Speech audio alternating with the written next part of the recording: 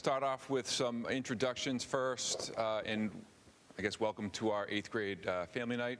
I'm going to start off with some introductions and kind of explain the purpose of the evening, talk a little bit about the high school, some of the things that we're working on here, some of the offerings we have, some of the opportunities for your son or daughter when they come here next year.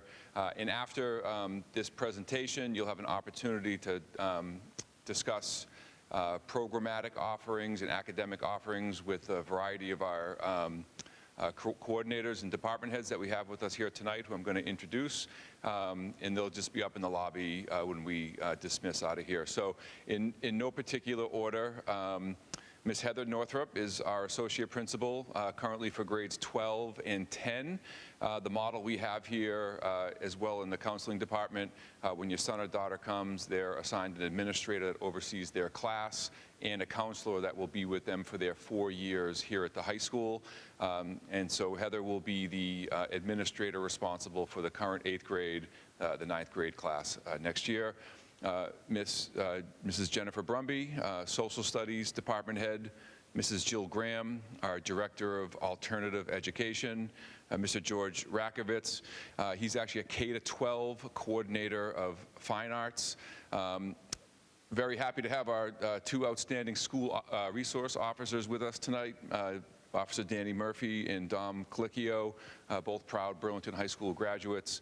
We have a very close working relationship with the BPD, and they're here by our side at all of our events. So thank you for both for being here tonight. Mrs. Shannon Janovitz, who you will also hear from tonight, is our Director of Curriculum and Instruction. Mrs. Katie Whitcomb is our Math Department Head. Mrs. Judy Crossman, Department Head for English Language Arts, Mrs. Chrissy McNeil, Department Head for Special Education. Mr. Joe Adebato is our Counseling Director here at the high school. Ms. Daniela D'Souza is the Department Head for World Languages, and Mrs. Amy Dowdy is the K-12 Coordinator for Health and Physical Education. Mr. John Middleton Cox could not be here tonight, but he is the K-12 Director of Fine and Performing Arts. So if anybody had any questions later on about those programs, I'd be happy to try to answer any questions that I could. And I'm Mark Sullivan. I am the principal here at the high school. I probably should have started with that. So you're all welcome to stay or set up your tables, whatever you'd like to do.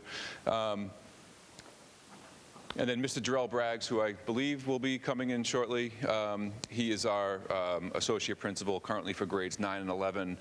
He's in his first year here at Burlington High School. And he replaced Mr. Rick Sheehan, who some of you may know was here for 25 years. So the point of tonight, and we used to hold this night in February, and we received lots of feedback that that was too late. So several years ago, we adjusted the timeline. We had our step-up day on Tuesday, a couple of days ago, so the 8th grade class all came up here during the school day. They were sitting right here in this auditorium. They had tours of the building with our upperclassmen mentors. We have a mentoring program that is available to juniors and seniors to be part of. They gave all the students tours, and they stopped into different areas and heard from different directors, teachers, and department heads about different programmatic offerings. So they learned about our performing arts, our fine arts, the DECA program. They learned about the computer science and STEM offerings that we have, and a variety of other things. And they got to see what the school day looks like in action. And other things that you're going to experience over the next 7 or 8 months. Obviously, the step-up day and the 8th grade family night, you're going to be soon involved in transition planning from 8th to 9th grade coming here to the high school, which will include course selection, introduction to SCORE or Naviance. We have programs that we use for academic and career and post-secondary planning here at the high school. There's a mentor field trip to the middle school in February where students will talk again with 8th grade students and answer questions about the different academic and extracurricular offerings that we have here at the high school. And then looking forward to next August, we will have all the students here for an orientation at the end of August. And then their first several weeks here at the high school, they'll have their first class assembly. They will have their first official mentoring meeting with their mentors here at the high school. And then we conduct an activity fair in September where we have every club and activity here at the high school, and we have close to 100 at this point in time, so that we really encourage everybody to get involved here at the high school. There is something for everybody. And your experience, or your child's experience, will be directly correlated to what they put into it here. So we really encourage kids to try something new, try something different, try to make some new friends. So the activity fair is a good way for them to meet the students that are involved in different clubs, see what they're all about, learn how they conduct their business, learn what kind of activities they do, and they can sign up during that time. So just kind of Burlington High School at a glance. I put my mission, our mission statement, and academic, social, and civic things that we're trying to work on with students here.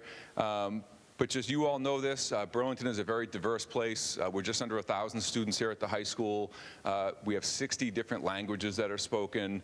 27% of our students, English is not their first language. We have 151 students born outside of the United States, 20% economically disadvantaged, and 35 members of a military family. So just some touch points. It's not certainly all-inclusive of everything that we have, but one of the things I love about Burlington, first, that the community supports public education, but second, that it's a wonderfully diverse place of ideas, of cultures, and all the students, again, when they're involved in all the different activities, students really get to know each other really well. It's a really welcoming place, and it's incredibly diverse, which is really just terrific. So you can find this online, and this is a good resource for anybody who wants a quick 2-page what about Burlington High School. It's our school profile. Again, this is linked on, if you go to burlingtonpublicschools.org, a lot of the resources you will hear about tonight are there. I will also share these slides later on. But it talks about the school, demographics, what kind of post-secondary plans our students are engaging with, GPA computation, where students fall. We don't rank here at the high school, but we have a GPA profile. Graduation requirements, our curriculum, SAT, AP score distribution over the last several years. You can look at all that information if you were interested in that. So in terms of student life, academics, and different opportunities for students, academically, you'll learn this during the course selection process. We have several levels that students can choose from. College prep, which is a rigorous level that prepares students for post-secondary education. Honors, AP. Currently, AP classes are not available to freshmen. They can take one as a sophomore, and then it's unlimited junior and senior year. Something to really look into is our dual enrollment program. We have students from Burlington High School graduating with 15+ college credits. Our teachers, not all of them, but many of them, are adjunct professors at Middlesex Community College, UMass Boston, and LaSalle. We align our courses with theirs, and students can get simultaneous Burlington High School credit and college from those institutions. So we've had students go on to state schools and begin their freshman year 15 credits ahead, and you can distribute those any way you like. You can take one less class per semester. You can graduate a semester early, and with the growing cost of post-secondary education, it's a really good opportunity for students to earn those credits. Again, you need to look into them. Some private schools don't take them. I know Bentley is starting to scrutinize them a little more because obviously the post-secondary, all the colleges and universities want money. And so not every school accepts them, but all state schools accept them, especially the Middlesex credit. But it's a great program. We've done it for many years now. It really is a point of pride. There aren't a lot of schools in this area that offer dual enrollment at all, or as robust offerings that we do here. You're going to hear about this a little bit later on from Mrs. Janovitz, but we have developed something called the Vision of the Graduate in MyCap, which is Career and Academic Planning. They're both regulatory in a sense, where the vision of the graduate is tied to our accreditation through NEASC. And I'm sure all of you are aware, but the state got rid of the MCAS exam as a graduation requirement. And not surprisingly, the state of Massachusetts will legislate something that schools will have to do, and Governor Healy and Commissioner Tutwiler have already rolled out kind of their roadmap of what they're going to do, and they're going to ask schools to do something similar to the vision of the graduate. And essentially, and again, you'll hear about this from Mrs. Janovitz, but is what does Burlington High School promise or try to make sure that their kids know and are able to do? It's less focused on can you memorize stuff from a textbook, but what transferable skills are you learning, creative thinking, collaboration, et cetera. And the MyCap, the career and academic planning, is making sure that students' coursework, interests are aligned with some sort of post-secondary planning. And so those two kind of go hand in hand. And again, you'll learn from Mrs. Janovitz a little bit more about that later on. Obviously, everybody's familiar with our athletic programs. We have fall, winter, spring, golf, football, soccer, basketball, hockey, indoor and outdoor track, which are probably two of our most popular sports because they're non-cut and everybody can participate. Probably our most popular offerings, but we also have a vast array of extracurriculars. Like I mentioned, we have a bunch of students in DECA, which is an entrepreneurship program in business where students compete nationally in hospitality, restaurant, and marketing, and all sorts of different things. It's very, very popular. We actually have a group of kids that are on their way to DC right now in a power trip participating in that. And that ties into some of the business classes that they can take here. You can learn from Mrs. D'Souza. We have very, very terrific exchange programs, Italian and Spanish. So if students pursue Spanish world language or Italian, they have an opportunity to travel abroad and be part of an exchange program where they are immersed with a family in those countries. Mr. Stringer in the Latin program does cultural trips to Rome. So lots of really, really great opportunities. And then there's leadership opportunities through Student Council, the Rotary Club, and a whole bunch of other things that is all in the handbook. Students will learn about next fall. But again, I really encourage kids and your son or daughter to look at all those offerings, try something new, align something with their interests, and get involved here at the high school. Our fine arts and performing arts programs are top-notch. The Crucible is this weekend. We have a fall play. We do a spring musical every year. The band and choral programs are terrific. They go to the football games and participate. Just a lot of really great opportunities for students here. And again, I'll say it a million times, your kids will get sick of hearing it.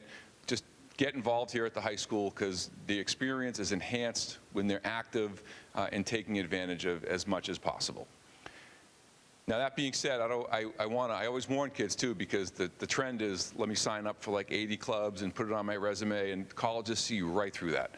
We'd really rather see kids, pick 2 or 3 things, immerse themselves in it, potentially take on some leadership roles when they become upperclassmen, and really have some depth in the things that they're involved in.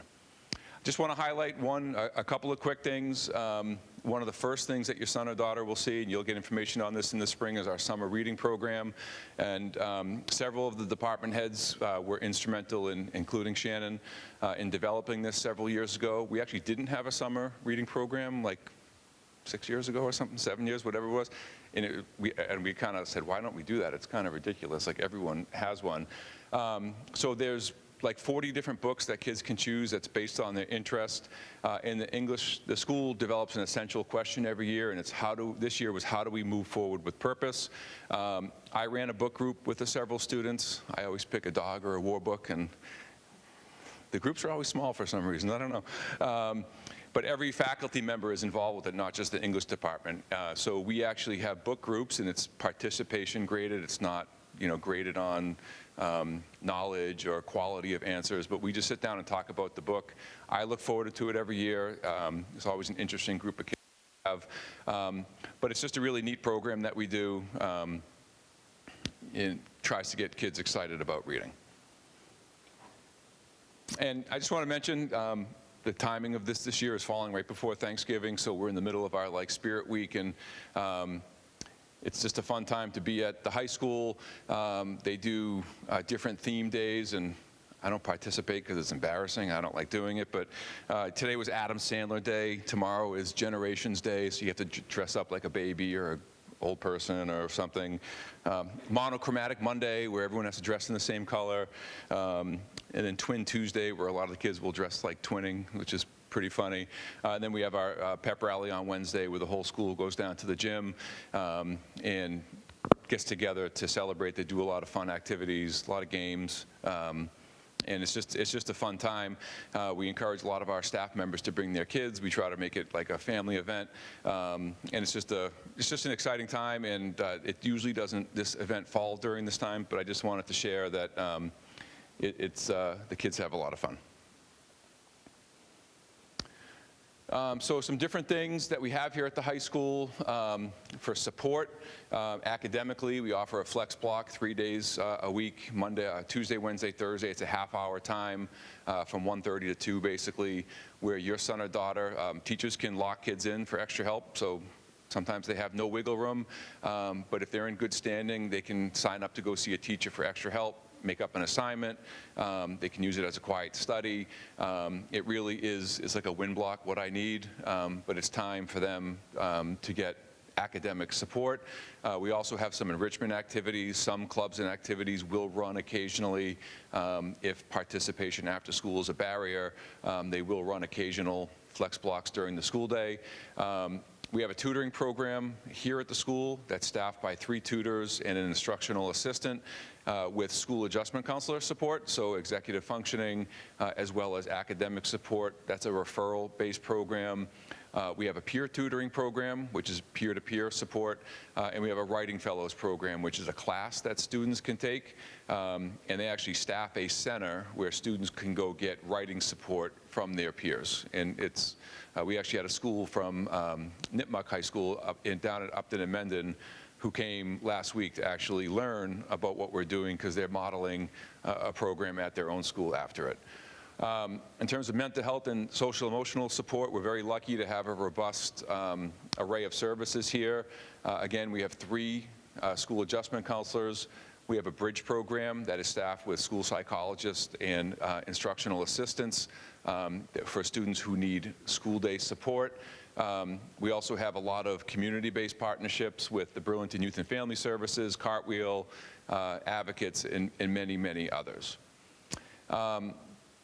Just some things we do here at the high school to promote a positive culture. We do something called the Inspiration Awards, and we're actually doing it next Tuesday. We recognize several staff members and students every month who are exemplifying our core values of respect, empathy, responsibility, and independence. Families, parents, students, teachers, anybody can nominate anybody else, but it's just a good way for us to recognize students that are doing really positive things as well as staff members. We do something called Caught You Do Something Good. Every teacher gets these little tokens, and if they catch a kid doing something good, if they see somebody helping somebody, they can bring it down to the main office, and we have all sorts of swag, like winter hats, T-shirts, get the little gibbets for the Crocs. The kids really like those. Again, just a way for us to recognize positivity in the building and kids supporting one another and their teachers. And then just for school safety, similar to the middle school, the whole district follows the standard response protocol. You should be familiar with this from the middle school. Again, we have a very close working relationship with the Burlington Police Department. They're here every day by our sides. We take school safety very seriously. And we do lots of trainings. We do a lot of professional development for staff. We speak to the students all the time. In the event, God forbid something ever happened, I think deterrence and having supports, like I mentioned, is the #1 deterrent in catching things before they happen. But, God forbid ever something did happen, we want to make sure that people are prepared and aware for what to do. Just some different ways that we communicate. We don't do newsletters like the middle school and elementary, so we have a daily bulletin. The feedback last year was that parents didn't like getting it every day, so we send it once a week, and then it's linked on the website. So we're trying to find that sweet spot of like not bothering people with parent square too much, but making sure you have the information that you need. But the website is the best place to go. So the daily bulletin will be your school newsletter, has the lunch menu, rotation schedule, different activities that are happening. Does everybody know about Adopt a Class? Scholarship program? All the volunteer opportunities will be linked there, where students can go, kind of your one-stop shop for weekly activities and daily things that are happening, announcements, things like that. So a lot of us are on Twitter, X, whatever, if people use that, especially the athletic department and the coaches. But Parent Square is our primary way, and then we really leverage Aspen for you all to monitor attendance, grades, and progress that way. But we always encourage, if there's an issue, reach out early, reach out often. You know, if we identify issues or we hear about problems before they become big problems, we can tend to solve them pretty easily. So always reach out. You'll have all of our contact information at the end of this during this transition process, or next year when you're here in action. Feel free to reach out about anything. Nothing's too big, nothing's too small. We want to make sure that we are answering questions, staying ahead of issues before they become bigger issues or bigger problems.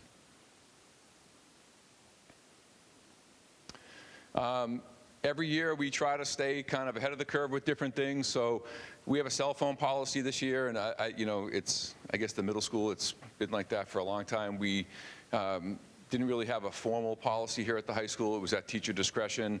Again, the state of Massachusetts, they will legislate this. What it looks like, I don't know. Ken Gordon, your local representative, was here last spring, and he told me that they were voting on it in like 3 weeks, and he hadn't even talked to any principal about it or school-based personnel. So they wrote a piece of legislation without talking to anybody from the schools, which is typical, but they will legislate something. I don't think a total ban is necessarily appropriate. Right now, our students have to come in and put their phones in a holder. They can access them during passing time. They can use them during lunch. But we really want students focused on instruction, focused on what's happening in the classroom, not distracted by cell phones. We provide an iPad for every student in the district. That should be their learning device. There really should be no reason for them to be on their phone during the day. You know, I have a sophomore in high school. I have an 8th grader, so I can empathize. They have a similar policy. I'm in Belmont. My daughter somehow texts me all day. So you know, they can still get a hold of you, trust me. So it's okay. Obviously, attendance, we are really stressing attendance. Statewide, you might have heard chronic absenteeism, which is considered 10% or more. 10% of 180 school days is 18 days. You'd be shocked at how many kids we have that are over that. And it adds up quickly. So we're really stressing attendance, K-12 here in the district, really trying to make sure we're communicating with families, encouraging the benefits of being in school. Obviously, you are all here tonight. I think you all are aware of the benefits of attendance, but something we are stressing. We have a new grading policy this year. We have created a uniform way to address grades, not micromanaging it so everyone's grading the same exact way, but you have a learning process grade, which would be kind of your portrait of the graduate skills, successful collaboration, critical thinking, and then you have traditional formative and summative assessments. And all those buckets are the same across different departments and teachers, and there's a formal process to make up assessments, right? So a student would have to go back to see the teacher, talk about what they did to prepare for the assessment, go through a process to relearn the materials, and then they would have an opportunity to retake it. It was wildly different from teacher to teacher and department to department in the past, and so we put in a process where that is uniform, so there's not a whole bunch of wildly different experiences for students, and there's not 8 different ways that families needed to learn how grades work here at the high school. We have the Securely system, which you have at the middle school, which is just a hall pass thing that was, it's about 1.5 years old, and it seems to be working pretty well. We're obviously need to be responsible for where students are during the day. You know, we have a big campus, a big school here, and it's just a good way if I see a kid in the hall and I can say, hey, what's going on? And, well, I'm just going to the bathroom, and I can, well, you've been out for 42 minutes. So it's, you know, it's a good system for us, and it's, again, aimed at trying to keep kids in class and learning. And then Smart Social, has anybody heard about this yet? So the whole district ran this out. Nobody signed up for the dashboard on that? It's kind of creepy. They have something in Belmont too. Like you can, it's actually good. You can learn about different social media trends that are happening, both good and bad. But you can also track kind of like the use of social media. You're on the school-issued device for your son or daughter. And so if you go to Smart Social, I think every family has an account. But you can check it out. It's a new thing that the district is doing this year. Again, a way to try to educate parents in the community about social media, technology, internet use, et cetera. All right, so I'm going to invite Mrs. Janovitz up now to do some information on the portrait of the graduate. Okay. Hello, I am Shannon Janovitz, and I'm the Director of Curriculum and Instruction here. Mr. Sullivan already spoke to you a lot about what the portrait of a graduate is, but what's exciting for you all is that your students are going to be the first students who graduate with the full implementation of the Portrait of a Graduate program at Burlington High School. So when they enter next year, they will start to collect all the work they do that reflects these transferable skills, put them on a digital portfolio, and really have to reflect on and talk about their learning.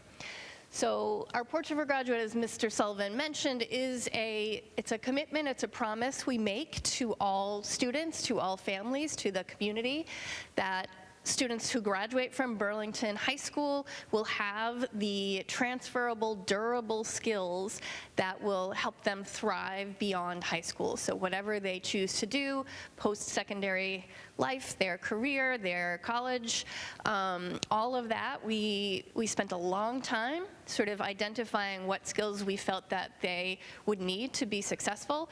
We worked with college admissions reps, we talked a lot to different professionals, and came up with this list. And so now when your students come, they will be expected to demonstrate those skills and their growth on those skills throughout their 4 years. So this is our Portrait of a Graduate. The outside circle are the big skill buckets that we want students to focus on. So it's on thinking critically, communicating effectively, solving problems resourcefully, and collaborating successfully. So these 4 big skills are things that all teachers across all classrooms should be teaching. So in addition to math content or science content, your student's bio teacher will also be explicitly teaching how do we collaborate, how do we work together as scientists, how do we work together as historical thinkers. So they are getting more than just content, because we live in a world now where information is pretty accessible, and what we need to focus on is helping students understand what to do with that information and how to apply it in a way that makes them feel personally fulfilled and also gives them the skills to be academically, to thrive beyond the high school. So we also have these core values in here: empathy, responsibility, independence, and respect. And as Mr. Sullivan was mentioning, the learning process grade in our grading category has some of the skills are related to this. So essentially, we are trying to build mind frames, learning mind frames for students. So we're trying to shift school from students thinking I just have to do this task and get this grade and then move on to the next thing, to being much more about who am I as a learner, trying to shift them to become more independent learners, and again, prepare them for something beyond here. So we focus a lot on deep and transfer learning, trying to build those habits of learning, having students take ownership of what they're doing in school, and trying to give them some real-world learning experiences. All right, so this you can see on the website. You'll see that we have these big skill buckets, but underneath them we have sort of specific domains. So under critical thinking, one of the things that we want to make sure students can do is evaluate, analyze, and synthesize information. And Then if you look over to the other slide here under critical thinking, you can see that the skill domain's on the left, but then there are these performance outcomes there on the right. So how do we assess, how do we know they can evaluate, analyze, and synthesize information? So this is all this is like a big breakdown of what we're trying to make sure that students can do. They will be learning bits and pieces of this throughout their 4 years. 9th and 10th graders will be focusing on like the earlier skills, and then it builds throughout their 4 years here. Again, these are the other two, so communication and resourceful problem solving. We do try to make sure that students are aware of how these affect them beyond the high school. So a lot of this stuff leads into our MyCap program, My Career and Academic Plan, as well as what they do for their senior year, their culminating project. They have both a senior sort of capstone project and an opportunity to go on a senior internship. So all of these skills are what helps us prepare them for those experiences. Our grading policies that Mr. Sullivan mentioned, learning processes where you're going to see a lot of that POG stuff. Applied learning is where they're practicing the skills, and then a summative assessment is where they're demonstrating their mastery of those skills. And again, the purpose of this shift in our grading was partially for consistency, but also we wanted to make sure that all students had the opportunity to demonstrate proficiency in these skills. So if students are taking a math test and they don't meet expectations, they don't get like a B or better, then all students who are in that position have the opportunity to retake it, but they have to show what they did to prepare for it the first time around. So again, trying to make sure that students are building those mind frames to be independent learners. So I think it was kind of a harsh shift for students initially, that they didn't know that they had to do all this preparation work before they could retake something, but it is designed to help them learn how to prepare on their own.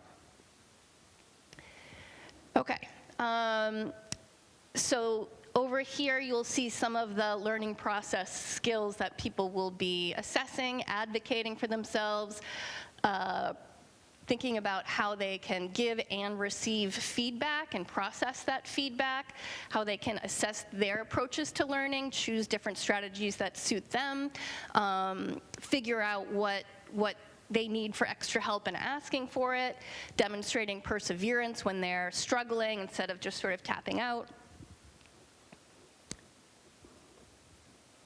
And so we here are thinking that learning, we're trying to sort of decenter grades. Learning is not just a score, it's not just a number, it is about all of these things. We want students to really feel that. I recognize that that is not our culture, that basically we are a culture that values grades, and you have to get into college and get a job and all of that. But we want to sort of embed into our everyday life at school that these are the things that are important. We want you to be curious. We want you to approach things from an inquiry standpoint. If you make a mistake, great. We want you to learn from that mistake. That's how the world works. So this is, went to a conference recently where they were talking about the profile of a graduate and how we are preparing students for a world that we have no idea what it looks like. And these were some of the jobs that they mentioned were sort of up and coming jobs. So there's a lot in here that has to do with AI. So that's like something we have to add into our curriculum, thinking about AI literacy and how do we help students use it ethically, not just to write their essays for them. You know, but some of these seem ridiculous to me and also terrifying. But we have to help our students get to these places. We have to move beyond teaching. Like, I'm a former English teacher. I love grammar. I love teaching grammar and literature, but we have to get them to also have those skills to understand information and to evaluate information and be civically engaged. So all of this is sort of in service of that. And again, we don't know what it's going to look like when your students are graduating, but it might be this. All right. So these are all of the things here that we're focusing on with our Portrait of a Graduate. We are working on curriculum alignment. We are trying to build more experiences, so experiential learning for students. This MyCap, they're going to have a MyCap period next year where they are learning, through very specific, explicit instruction about some of those skills that they'll be graded on in their learning process.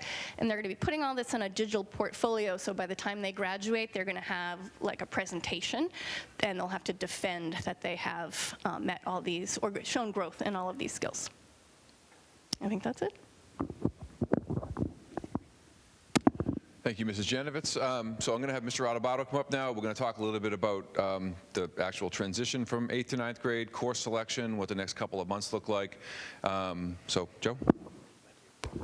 Good evening, everyone. Again, my name's Joe Adebato. I'm the Director of Counseling here at the high school. I've been here since 2002, a great community. I love working here. How many first-time high school parents do we have in the audience?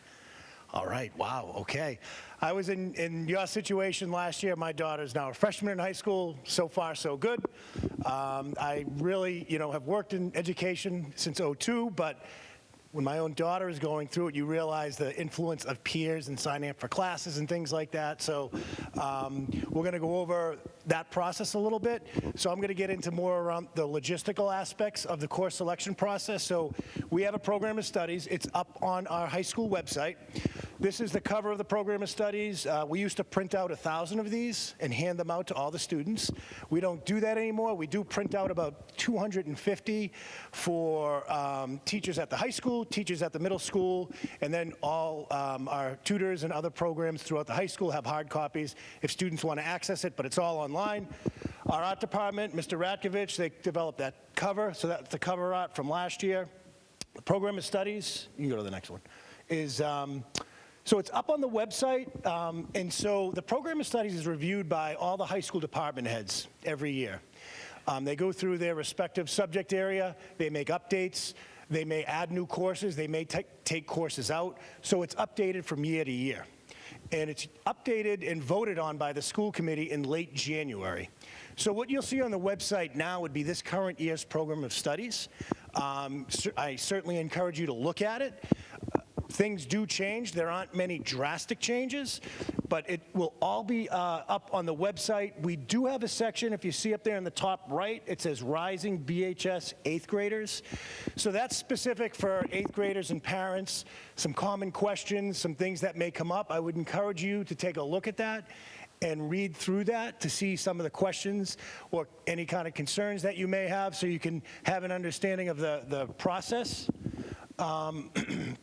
So the way this is going to play out is in mid-January, the teachers, the 8th grade teachers, are going to be making recommendations in terms of levels in core subject areas. So math, English, history, science, world language, students will be working with their teacher to determine what level course to take. You heard Mr. Sullivan say we offer, for incoming freshmen, we offer honors and college prep. So I don't have the exact crystal ball answer of which your son or daughter should take. I think it needs to be a discussion between you and your son or daughter, and also involving the teacher. But the teachers will make the recommendation, and that happens in mid-January. And then parents and students will have the ability to view those recommendations. There'll be time for discussion around those recommendations. We also had, as you know, we had Step-Up Day. All the students came here. That was more about electives. Incoming freshmen are going to be required to take English, math, history, science, world language. That's 5. Then they're going to have to take PE, 1 semester, in health, another semester. That's 6. And then the 7th class will be an elective. And oftentimes, students don't know which direction to go, which again, that Step-Up Day, this past Tuesday is a good time to hear from the various elective areas so students can decide on what potential electives. Again, it happens in January, and then just before February vacation, all the recommendations from teachers will become active. Again, the teachers aren't recommending the elective, that's up to the student. The teachers are just recommending whatever subject area they are, the appropriate level. Again, we try to get the information out as much as possible through Parent Square. Another thing to make note of is February 12th, and this will be publicized, but February 12th at 8:30, we'll have a parent breakfast for 8th grade parents. We'll record that as well. We do a breakfast series, the counseling department at the high school, so we have a different topic each month. Fast forward all the way to next September, we'll have a parent breakfast again for freshman parents. It's usually well attended. But the idea of that 8th grade breakfast, again, is just to go over some information about the course selection process. And we have everything linked up on the website. Mr. Sullivan talked a little bit about the profile. That's a common question we have. What colleges are kids going to from Burlington High? That profile spells that out. The levels that we offer, so on and so forth. So again, late January, that's when teachers are making recommendations. Parents and students will have access to those recommendations. Mr. Sullivan, you're sharing these slides too, right? Yeah. I see pictures, that's fine, but Mr. Sullivan is going to share the slides. And again, February, the course selection meetings will happen. So the way that will look is one of the steps we take is we'll head down to the middle school, myself and some of the mentors. We'll talk to students about some of the offerings at the high school. 8th graders will have the opportunity to ask questions. We've done this the past several years. It's very helpful. And then we will walk the 8th grade class on how to go through signing up for classes, because now the students are signing up for classes through Aspen. And as you know, they pick up the technology stuff pretty quickly. It's a pretty simple procedure going into Aspen to sign up for the courses. It takes probably, I don't know, 3 minutes. It's really the thought process behind that. So when a student is signing up through Aspen, it's a very easy process, but we want them to think about not just the level, the elective that they'd like to take. And I'm going to hand it back to Mr. Sullivan. Just a quick note, when you're picking your elective, some students already know they really want to get involved in, like, say, DECA. They want to be in the band or something. If that will compete freshman year with something, but there are some extracurriculars like DECA in the band that you don't necessarily have to take the class during the day. So just make sure you ask those questions. If you have to take a business class to be in DECA, the answer is no. So you can still participate in DECA and maybe hold off till sophomore or junior year to take a business class. Certainly is helpful. The business teachers encourage it, but again, it's not a requirement. So just make sure that you're having those conversations. If there's a competing interest, reach out to the middle school counseling department. You can always reach out to one of us, and we can help answer questions when there are conflicts, if there are workarounds for anything like that. Again, everything's on the website, so burlingtonpublicschools.org, everything Joe just mentioned, frequently asked questions, the timeline, the process. That February 12th parent breakfast is at Marshall-Simon, so we'll actually go down there in the cafeteria. So any questions that don't get answered tonight, or that you go home and think about something, you can reach out to any of the people on here. I put Mr. Hart, he's not here tonight, but he's our athletic director. Any athletic-related questions, you can always reach out to him. But before we break, I'm happy to take any questions that people might want to ask in the group. And then again, we are going to dismiss out up into the lobby where all of our department heads and coordinators are, where you could ask questions about specific courses and pathways that they may offer. And Joe didn't mention it, but we really encourage, we have something called a 4-year planner. And is that linked on the website too? That's on the website. This is a good time to take a look at that. Nothing ever has to be set in stone, but it is a good way to kind of map out 4 years. If you have a child that knows what their interests are, that really know that they want to take a STEM computer science route. They really want to pursue that DECA business pathway. They want to do a computer science. They want to do a performing arts pathway. You can map out kind of what that 4-year planner might look like in terms of electives that they can take. So any questions that I could try to answer right now? And again, we're all here for the rest of the night, so if you're shy and don't want to ask it in the group, that's perfectly fine too. Yes?